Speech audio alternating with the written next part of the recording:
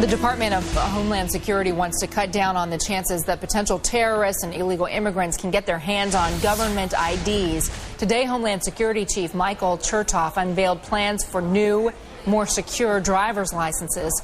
It would require some cooperation now between state and federal officials. NBC's Pete Williams is in Washington. All right, let's talk about what these real IDs are and what makes them any different than what we already have.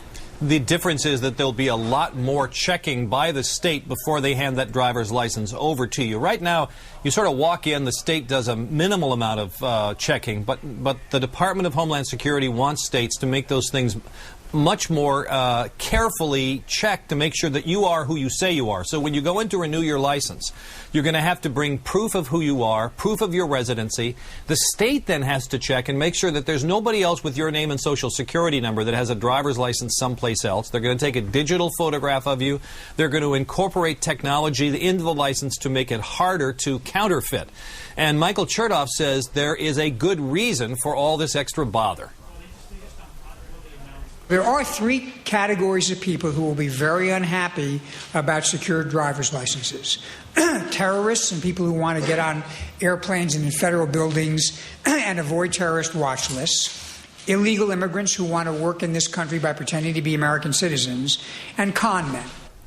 Now, the states, when this was originally proposed, said this is going to be terribly expensive because they're going to have to, if you walk in with your passport or your birth certificate, they're going to have to verify that that's accurate. It's going to take a while. It's going to do some checking. They have to save images of these documents, for example. And they said it would cost something like $14 to $16 billion. Well, now the department has vastly scaled this back and hoping to get the states more on board with this. And they're going to phase it in. And I think the simplest way to explain this is that if you were 43 years old on December 1st, this past December 1st, if you were 43 or over, you won't have to get this Real ID until 2017. But if you're under 43 on December 1st of last year, you will have to get this new Real ID by 2014. Now, here's one other catch.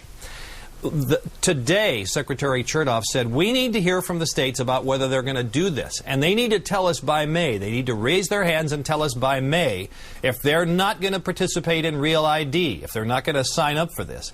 If they're not, then starting in May of this year, you will not be able to use a driver's license from that state to board an airplane. Let me just say that one more time. If you live in a state that by May says, nope, we're not taking part in Real ID, you can no longer use that state's driver's license to board an airplane. You'll have to use a passport or some other form of federally authorized documentation. So I think the department is hoping that residents of states that have been reluctant to join into Real ID will contact their legislators and say, hey, we want to join this. At least that's the theory. Yeah, but given that 17 states are fighting this Real ID legislation, who knows how all of this might play out and how many times we all might be standing in the DMV line to get our pictures taken again, Pete. Craziness. I guess what the answer of Homeland would be, yes, 17 states have said they didn't like the old idea for Real ID. Now the question is, will this vastly cheaper, they say this is going to cut like 75% of the cost, will the states now join in? That's the question. All right, so we'll wait and see what this means for us really in terms of taking action in our own lives. Pete Williams, thank you, sir. My pleasure.